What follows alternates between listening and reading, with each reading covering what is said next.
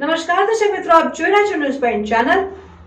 મુખ્ય સમાચાર જોતા પહેલા એક નજર કરીએ આજની હેડલાઇન્સ પર।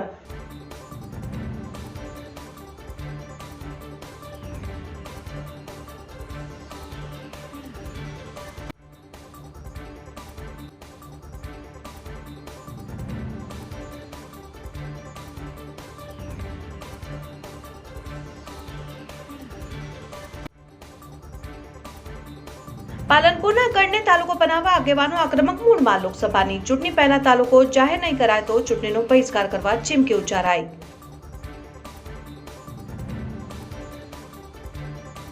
બનાસકાંઠામાં વિવિધ ખાદ્ય પદાર્થોના સેમ્પલ લઈ જતા 14 એકમ અને 84 લાખનો દંડ ફટકારાયો।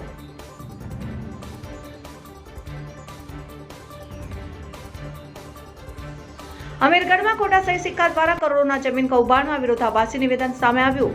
સમગ્ર કૌભાંડમાં માસ્ટરમાઇન્ડ કોણ તેવા અનેક સવાલો ઉભા થયા।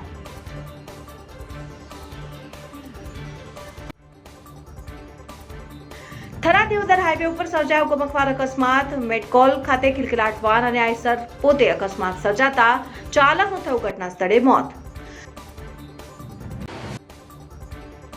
બનાસકાંઠાના સરહદી વિસ્તારોમાં પશુઓમાં ખરવા મૂસાના રોગ આવતા પશુપાલકોમાં ભયનો માહોલ। સરહદી વિસ્તારમાં અનેક પશુઓના મોત થતા પશુપાલન વિભાગના ધામા। હવે જોઈએ વિગતવાર મુખ્ય સમાચાર। બનાસકાંઠા જિલ્લાનું વિભાજન કરીને થરાદને અલગ જિલ્લો બનાવવાની માંગ હજુ તરતાલ છે। ત્યાં તો વર્ષોથી તાલુકાના દરજ્જાથી વંચિત ગઢને તાલુકો બનાવવાની માંગને જોર પકડ્યું છે। આ વિસ્તારના આગેવાનો આકરા પાણીએ ચડ્યા। બનાસકાંઠા જિલ્લાનું વિભાજન થઈને થરાદને અલગ જિલ્લો બનાવવાની માંગ હજુ અધરતાલ છે। ત્યાં તો વર્ષોથી તાલુકાના દરજ્જાની વંચિત ગઢને તાલુકો બનાવવાની માંગને જોર પકડ્યું છે। આ વિસ્તારમાં આગેવાનો આકરે પાણીએ ચડ્યા છે। આગામી લોકસભા ચૂંટણી પહેલા જો ગઢને તાલુકો બનાવવાની માંગ પૂરી નહીં કરાય તો લોકસભાની ચૂંટણી બહિષ્કારની ચીમકી ઉચ્ચારતા ગઢ પંથકમાં રાજકારણ ગરમાયું।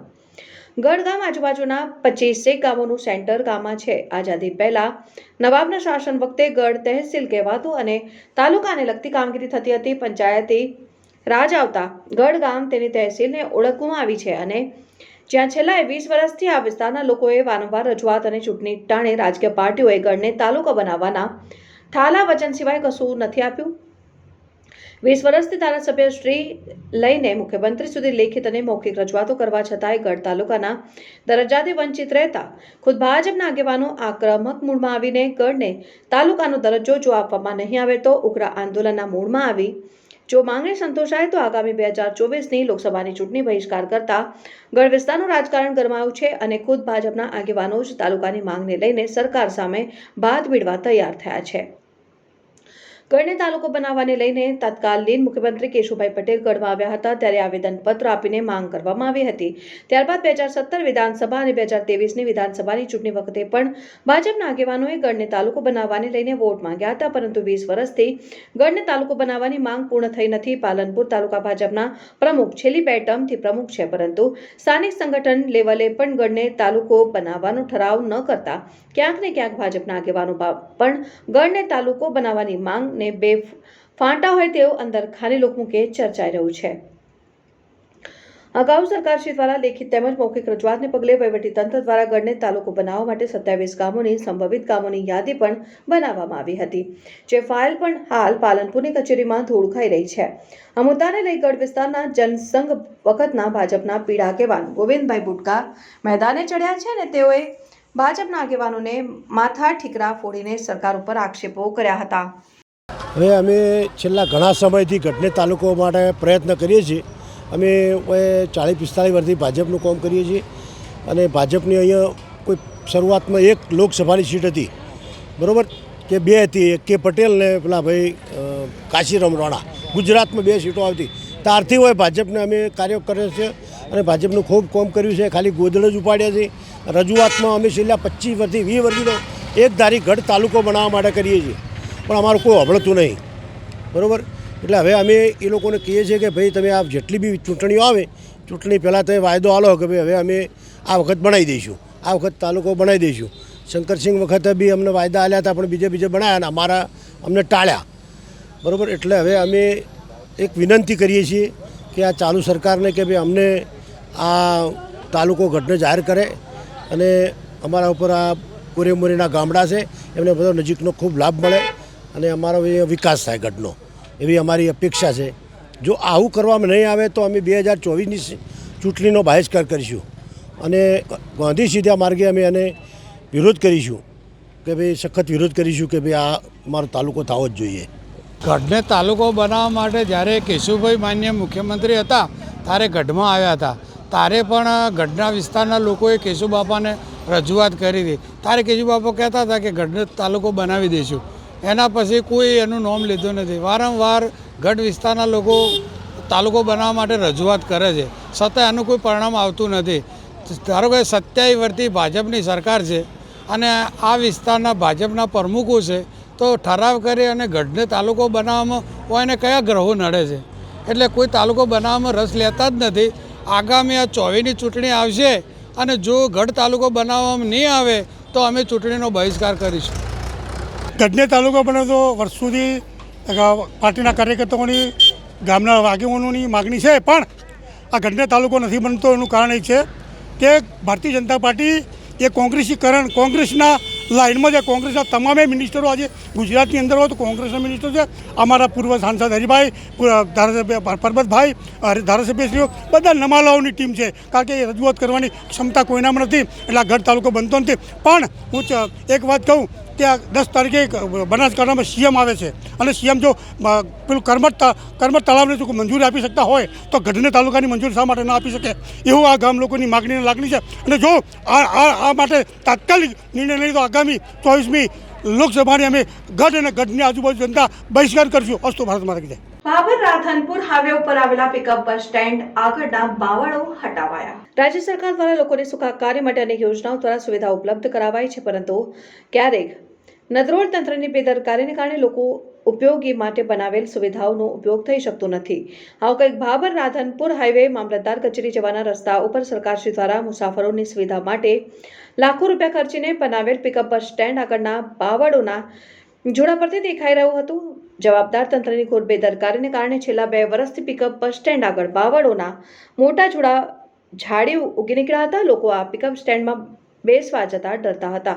આ બાબતે જાગૃત નાગરિક દ્વારા મામલતદાર શ્રી R.M. ચૌધરીનું ધ્યાન દોરતા મામલતદાર દ્વારા તત્કાલીન માર્ગ અને મકાન વિભાગને આ બાબતે જાણ કરતા જેસીબી મશીન અને મજૂરો દ્વારા બાવળોના જોડા હટાવીને સાફ સફાઈ કરવામાં આવેલ. આમ એક કર્તવ્ય ફરજ નિષ્ઠાવાન મામલતદાર શ્રી R.M. ચૌધરી દ્વારા લોકોની સુખાકારી સુવિધા માટે બનાવેલ બસ સ્ટેન્ડની સફાઈ કરાવતા મુસાફર જનતાએ આનંદ સાથે મામલતદારશ્રીનો આભાર વ્યક્ત કર્યો હતો.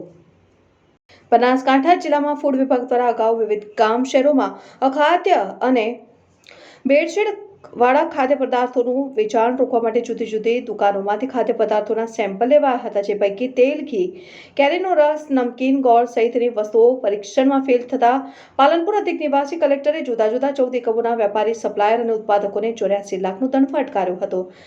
પાલનપુર ફૂડ સેફ્ટી વિભાગ દ્વારા જિલ્લામાં અખાદ્ય અને ભેળસેળ ખાદ્ય પદાર્થોનું વેચાણ ઝડપી બનાવવા અગાઉ કાંકરેજના થરામાંથી મકાઈ પાઉચ, વાવમાંથી લૂઝ પામોલી તેલ, ડીસામાંથી મરચા પાવડર અને પેકિંગ સિંગ, દાંતીવાડાથી લૂઝ ઘી, ધાનેરાથી કેરીનો રસ, બાબરમાંથી સ્વીટ, દાતામાંથી રસમલાઈ, અંબાજીમાંથી ગોળ, બિલડીમાંથી બ્લેક સોલ્ટ પાવડર, થરાની એક હોટલમાં લીલા મરચાનો સોસ, ડીસા અંબિકા ચોકથી દુકાનમાંથી લૂઝ પનીર, છાપીમાંથી બ્લેક સોલ્ટ પાવડર, રજોસણાની દુકાનમાંથી તેલના સેમ્પલ લેવાયા હતા અને આ સેમ્પલને પરીક્ષણમાં મોકલી અપાયા હતા. જે સેમ્પલ ફેલ થતા ખાદ્ય પદાર્થોનું વેચાણ કરતા વેપારીઓ, માલ સપ્લાય કરતા સપ્લાયરો અને માલ તૈયાર કરનાર ઉત્પાદક પેઢીઓ સામે કેસ દાખલ કરવામાં આવ્યો હતો. જે કેસો પાલનપુર અધિક નિવાસી કલેક્ટરની કોર્ટમાં ચાલી જતા કોર્ટે ભેળસેળ તેમજ અખાદ્ય પદાર્થોનું વેચાણ અને ઉત્પાદન કરી જન આરોગ્ય સાથે ચેડા કરવા બદલ 15 સેમ્પલમાં વેપારી, ઉત્પાદક અને સપ્લાયર મળીને કુલ 26 વેપારીઓને ₹84 લાખનો દંડ ફટકારવામાં આવ્યો છે, જેને લઈને અખાદ્ય અને ભેળસેળ ખાદ્ય પદાર્થોનું ઉત્પાદન અને વેચાણ કરતા વેપારીઓમાં ફફડાટ ફેલાઈ જવા. ડીસા ખાતે કોલેજમાં એન્યુઅલ સ્પોર્ટ્સ ડે ઉજવાયો. વિદ્યાર્થીઓએ વિવિધ રમતોમાં ભાગ લીધો. DNP arts and commerce college ડીસાના વિદ્યાર્થીઓમાં રમતગમત દ્વારા ખેલદિલીની ભાવના વધે અને સ્પોર્ટ્સમાં ભાગ લેવા માટે પ્રોત્સાહન મળે તેમજ શારીરિક અને માનસિક વિકાસ થાય તે હેતુથી દર વર્ષની જેમ આ વર્ષે પણ એન્યુઅલ સ્પોર્ટ્સ ડેની ઉજવણી કરાઈ, જેમાં વિદ્યાર્થીઓએ 10થી વધુ રમતોમાં ભાગ લીધો. ડીસા કોલેજમાં એન્યુઅલ સ્પોર્ટ્સ ડેની ઉજવણી અંતર્ગત વિવિધ રમતોનું આયોજન કરાયું, જેમાં એથ્લેટિક્સ અને મનોરંજનાત્મક રમતો જેવી કે ચેસ, ટેબલ ટેનિસ, 100 મીટર દોડ, ગોળા ફેંક, બરછી ફેંક, ચક્ર ફેંક, રસ્તા ખેંચ, કબડ્ડી, લીંબુ ચમચી, દોડ, દોરડાકૂદ અને સંગીત ખુરશી જેવી અનેક રમતો યોજાઈ હતી. કોલેજના વિદ્યાર્થી ભાઈઓ બહેનો અને સ્ટાફ મિત્રોએ મોટી સંખ્યામાં જોડાઈને ઉત્સાહપૂર્વક ભાગ લીધો. આ રમતોત્સવની શરૂઆત ઓમકાર અને સૂર્ય નમસ્કારથી કરવામાં આવી હતી, જેથી વિદ્યાર્થીઓ શારીરિકની સાથે સાથે માનસિક રીતે પણ મજબૂત અને સ્વસ્થ બને. ખેલાડીઓને પ્રોત્સાહિત કરવા કોલેજના ટ્રસ્ટી શિવાનીબેન પટેલ, નિયામક CS પટેલ, કોમર્સ વિભાગના નિયામક KM Patel, principal RD Rabari હાજર રહીને પ્રથમ, દ્વિતીય અને તૃતીય નંબર લાવનાર વિદ્યાર્થી ભાઈઓ બહેનોને ઇનામ આપીને પ્રોત્સાહિત કર્યા હતા. આ રમતોત્સવનું સુંદર અને સફળ આયોજન કરવા બદલ કોલેજ સ્પોર્ટ્સ ડિપાર્ટમેન્ટના અધ્યક્ષ ડોક્ટર પ્રોફેસર RD ચૌધરીને પણ અભિનંદન પાઠવ્યા. અમીરગઢમાં ખોટા સહી સિક્કા દ્વારા કરોડોના જમીન કૌભાંડમાં વિરોધાભાસી નિવેદન સામે આવ્યું છે, ત્યારે આ સમગ્ર કૌભાંડમાં માસ્ટર માઇન્ડ કોણ તેવા અનેક સવાલો ઉઠી રહ્યા છે. અમીરગઢમાં ખોટા સહી સિક્કા દ્વારા કરોડોના જમીન કૌભાંડમાં વિરોધાભાસી નિવેદન સામે આવ્યું છે. આ સમગ્ર કૌભાંડમાં માસ્ટર માઇન્ડ કોણ તેવા અનેક સવાલો ઉઠી રહ્યા છે. અમીરગઢ તાલુકાના ઉમરકોટ અને મહાદેવ્યામાં 50 જેટલા ખેડૂતો પાસેથી અઢી લાખ રૂપિયા લઈને છેતરપિંડી કરવાનો મામલો સામે આવ્યો હતો. જોકે આ સમગ્ર મામલામાં અમીરગઢ મામલતદાર દ્વારા અમીરગઢ પોલીસ મથકે અજાણ્યા લોકો સામે ફરિયાદ નોંધાવવામાં આવી હતી, જેને લઈને અમીરગઢ પોલીસ દ્વારા તપાસનો ધમધમાટ શરૂ કરવામાં આવ્યો છે. અને આ તપાસ દરમિયાન અમીરગઢ પોલીસે કિરણ રણાવસિયા નામના શખ્સને અટકાયત કરી હતી અને તેને રિમાન્ડની માંગણી કરતા 3 દિવસના રિમાન્ડ પણ આપ્યા હતા. જોકે સમગ્ર કૌભાંડમાં ભરત માળી નામના શખ્સના અલગ 2 નિવેદન સામે આવતા સમગ્ર કૌભાંડમાં નવો વળાંક આવ્યો છે. અમીરગઢ પોલીસ મથકે મામલતદાર દ્વારા ફરિયાદ દાખલ કરાવતા ભરત માળી દ્વારા મીડિયા સમક્ષ જેવું નિવેદન આપવામાં આવ્યું હતું કે આ સમગ્ર મામલામાં હું કંઈ જાણતો નથી ને હું કોઈને પણ પૈસા આપ્યા નથી, માત્ર ને માત્ર મેં ગ્રેન્ડ લેબિંગનો ગુનો દાખલ કરાવતા મામલતદાર દ્વારા ફરિયાદ નોંધાવી છે. જોકે પોલીસ દ્વારા સમગ્ર મામલામાં તપાસનો ધમધમાટ શરૂ કરતા ફરી એક વખત ભરત માળીનું નિવેદન સામે આવ્યું છે, જેમાં ભરત માળી દ્વારા મીડિયા સમક્ષ એવું જણાવાયું હતું કે આ જમીનના કૌભાંડમાં મેં કિરણ રણાવસિયાને 70 લાખ જેટલા રૂપિયા ખેડૂતો પાસેથી લઈને આપ્યા છે. સૌપ્રથમ આ જમીન કૌભાંડમાં તે પોતે જ છેતરપિંડીનો ભોગ બન્યો છે તેવું નિવેદન આપતા હાલમાં તો આ સમગ્ર જમીન કૌભાંડ મામલામાં માસ્ટર માઇન્ડ કોણ તેવા સવાલો ઉભા થયા છે. જોકે અમીરગઢ પોલીસ દ્વારા તટસ્થ તપાસ કરવામાં આવે તો આ સમગ્ર મામલામાં અન્ય લોકો પણ સંડોવાયેલા હોય તેવું સામે આવી શકે તેવી શક્યતાઓ જોવા મળી રહી છે. તમને 2.5 લાખ રૂપિયા આપીને આ કમ્પાઉન્ડ આપ્યું એ સાહેબજી એ વાતમાં હું કોઈ જાણતો નહીં, એ મને કોઈ ખબર નથી. કોઈને પૈસા આપે? ના, કોઈને નથી આપ્યા મેં. એ વાતમાં હું કોઈ જાણતો નહીં, એમાં કોઈ પૈસા આપ્યા નથી. હું એમને હોમાં ઊભો હું લગભગ એ સાહેબજી એ વાતમાં હું કોઈ જાણતો નહીં, એ મને કોઈ ખબર નથી. કોઈને પૈસા આપે? ના, કોઈને નથી આપ્યા મેં. એ સાહેબજી એ વાતમાં હું કોઈ જાણતો નહીં, એ મને કોઈ ખબર નથી. કોઈને પૈસા આપે? ના, કોઈને નથી આપ્યા મેં. તમારી જોડેથી કેટલા રૂપિયા લીધા? અમારા સાહેબજી જોડે 70 લાખ રૂપિયા લીધા. પોલીસને જે હકીકત કહી દીધી, પોલીસની સાચી દિશામાં તપાસ કરે ને પોલીસે કીધું સાહેબ જો પોલીસ ઉપર ખૂબ વિશ્વાસ છે કે સાહેબ કે સત્ય તપાસ કરીશ, ભરતભાઈ તમે ચિંતા ના કરો. તમારી જોડેથી કેટલા રૂપિયા લીધા? અમારા સાહેબજી જોડે 70 લાખ રૂપિયા લીધા. પોલીસને જે હકીકત કહી દીધી, પોલીસની સાચી દિશામાં તપાસ કરે ને પોલીસે કીધું સાહેબ જો પોલીસ ઉપર ખૂબ વિશ્વાસ છે કે સાહેબ કે સત્ય તપાસ કરીશ, ભરતભાઈ તમે ચિંતા ના કરો.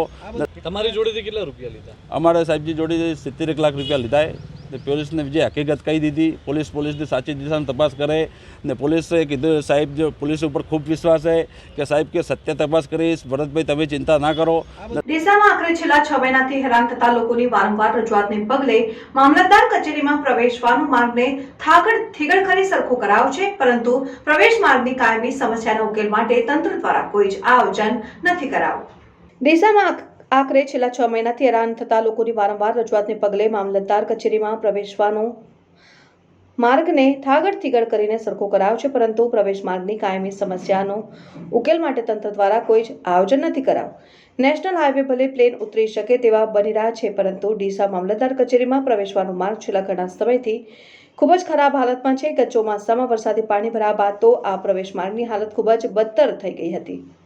મોટા ખાડા પડી જતા વાહન ચાલકો ભારે હાલાકી ભોગવી રહ્યા છે.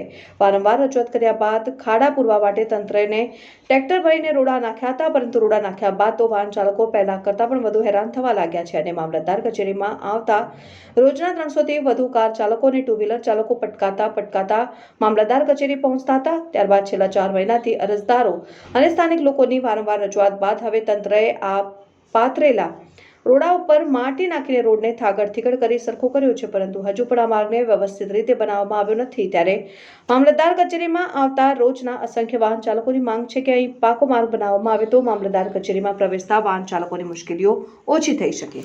પાલનપુર આબુ હાઈવે ઉપર વાહનોની કતારો લાગી. આબુ હાઈવે ઉપર ટ્રાફિક જામ થતા એમ્બ્યુલન્સ ફસાઈ. બનાસકાંઠાના વડુ મથક પાલનપુરના એરોમા સર્કલથી આબુ હાઈવે અને અમદાવાદ હાઈવે ઉપર ટ્રાફિકની સમસ્યાથી વાહન ચાલકો ત્રાહિમામ પોકારી ઉઠ્યા છે. અવારનવાર સર્જાતા ટ્રાફિકની સમસ્યાને લઈને લોકોને ભારે અવગડતા ઊભી થતી હોય છે.